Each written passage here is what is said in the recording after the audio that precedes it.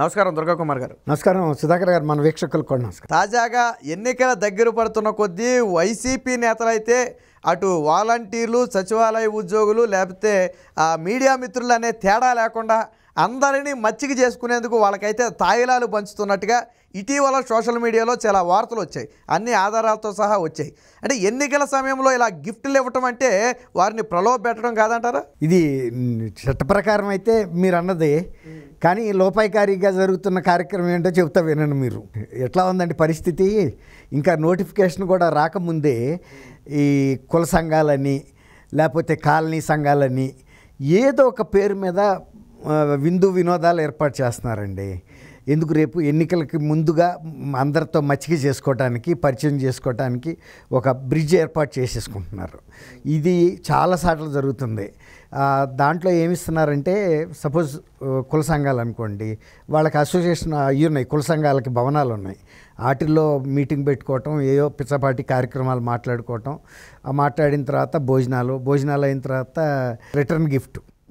ఆ రిటర్న్ గిఫ్ట్లో ఇప్పుడు ఫ్యాను, అంటే ఎన్నికల గుర్తుండే విధంగా వాళ్ళకి ఆ ఫ్యాన్ ముద్రించిన సంచులు, అందులో కుక్కర్లో లేకపోతే వంట సామాన్లకు సంబంధించిన పరికరాలు, జాకెట్ గుడ్డ, ఇట్లా పసుపు కుంకుమ, లేకపోతే ఏమైనా కొన్ని గిన్నెలు, కొన్నిసార్లు గ్లాస్ వేరు, వాళ్ళ ఆర్థిక పరిస్థితిని బట్టి ఇవ్వదలుచుకున్న వైఎస్ఆర్సీపీ నియోజకవర్గ ఇన్ఛార్జీలు ఉంటారు కదండి, వాళ్ళు వీటిని కండక్ట్ చేస్తున్నారు.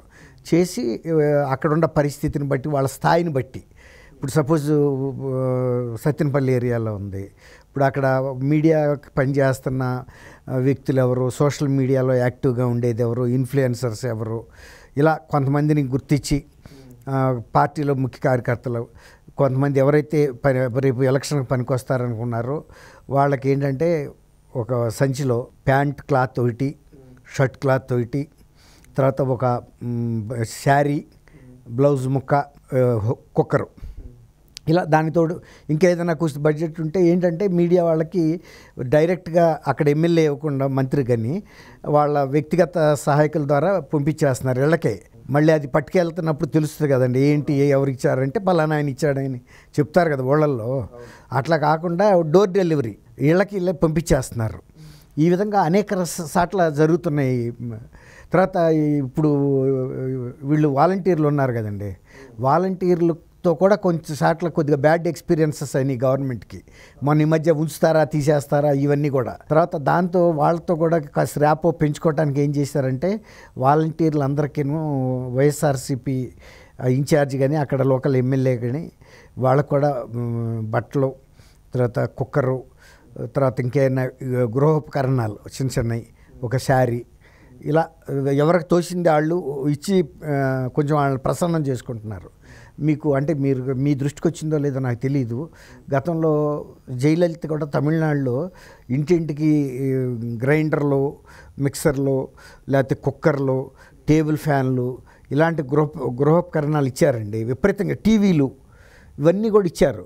ఇస్తే ఏమైందంటే ఎన్ని వాడతారండి, ఆల్రెడీ ఇవాళ రేపు ప్రతి వాళ్ళ ఇంట్లోనూ ఉంటున్నాయి. తర్వాత వీళ్ళు ఇచ్చేమో అంత పెద్ద క్వాలిటీ ఉండదు కదా సుధాకర్ గారు, వచ్చిన కాడికి అమ్మేసుకున్నారు. కొంతమంది వీళ్ళు బిజినెస్ పీపుల్ ఏం చేశారంటే ఈ ఇళ్ళమ్మటే తిరిగి ఏస్ వెహికల్, డీసీఎం వెహికల్స్ పెట్టుకుని మేము పలానా వస్తువులు కొంటామని చెప్పేసి వీళ్ళ దగ్గర అన్నీ కలెక్ట్ చేసుకొచ్చుకున్నారు. అక్కడెంతండి ఎంతో కొంత ఫ్రీగా వచ్చినాయి. సపోజ్ అది 500 రూపాయలు ఉంటుందండి ఒక వస్తువు, అది 150కైనా సరే వాళ్ళు క్యాష్గా ఇచ్చేవాడు ఉంటే ఇచ్చేస్తారు, ఎందుకంటే వాళ్ళతో ఆల్రెడీ ఉంది. అలాంటివి వచ్చి నెల్లూరు, ఒంగోలు ఈ ఏరియాలో ఆ రోజుల్లో తమిళనాడు బార్డర్గా ఉన్న ఆంధ్రప్రదేశ్ టౌన్లో రోడ్లు పక్కన పెట్టి అమ్మారండి. సపోజ్ ఆడు 150 కొన్నాడు అనుకోండి, ఇంకొక 100 వేసుకుని 250 రూపాయలకి కుక్కర్లు, ఫ్యాన్లు, టీవీలు, అట్లా ప్రతిదీ కూడా చాలా 1/4 రేట్లో వచ్చినాయి అక్కడ, మనం అందరం చూసాం.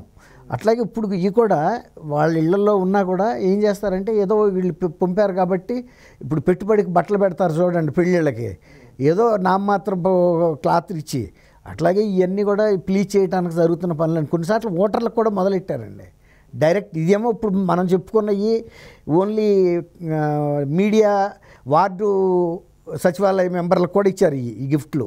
ఇవి కాకుండా కొన్నిసార్లు మళ్ళీ రేపు ఎన్నికల సమయంలో ఇవ్వగలుగుతామో లేదో అని ఇవాళ కొంతమంది ఓటర్లకు కూడా ఈ తాయిలాలు అందించేస్తున్నారండి సంచుల్లో పెట్టి. ఈ ఈ ఆ కుక్కర్లో లేకపోతే ఫ్యాను ఏదో ఒకటి వాళ్ళు ఏదైనా ఇవ్వదలుచుకున్న వస్తువులు, లేకపోతే గృహోపకరణం అయినటువంటి స్టీల్ సామాన్లు కానీ, లేకపోతే గ్లాస్ వేరు, టేబుల్ మీద పెట్టుకుంటారు చూడండి డైనింగు, అలాంటి పళ్ళాలు ఇవన్నీ గిన్నెలు అట్లా కూడా పంపిణీ మొదలైందండి. రేపు ఎలక్షన్ ముందు చివరి నిమిషంలో వీలవుద్దో లేదో పరిస్థితులు అనుకూలించకపోవచ్చు కదా, అప్పుడైతే అందరూ ఇస్తారు. ఇప్పుడు ముందుగా ఇస్తే కొంచెం మనం గుర్తులో మన మీద దృష్టి ఉంటుందని ఈ విధమైన కార్యక్రమాలు మొదలైపోయినాయండి. కాకపోతే ఎన్నికల సంఘం ఇప్పుడు ఇవన్నీ కూడా ప్రూఫ్స్తో వెళ్ళినా కూడా ఎట్లా ఉంటుందంటే అది న్యాయస్థానంలో ప్రూవ్ అవటం కొద్దిగా కష్టం అవుద్దండి. కాబట్టి వీళ్ళు అందుకే అనధికారికంగా ఇస్తున్నారు. ఎక్కడ కూడా వీళ్ళు కనపడరండి, క్యాండిడేట్స్ కనపడరు. ఎవరో సుధాకర్ ఇస్తే నాకేంటి సంబంధం అంటాడు రేపు దొరికితే. వాళ్ళు ఎందుకు ఇచ్చుకున్నారు, వాళ్ళ ఇంట్లో పెళ్ళో ఏదో జరుగుంటే శుభకార్యం ఇచ్చుకున్నారో నాకేం తెలుసు, అట్లా అనమాట. అది వీళ్ళు పార్టీ కండవాలు వేసుకుని ఇట్లా పంపిణీ కార్యక్రమం లాగా జరగదు ఇది. ఎవరిళ్ళకి వెళ్ళి వాళ్ళకి సైలెంట్గా అసలేమీ గొడవ రద్దీ లేకుండా ఇచ్చేసి వస్తున్నారు. అది జరుగుతున్న కార్యక్రమం.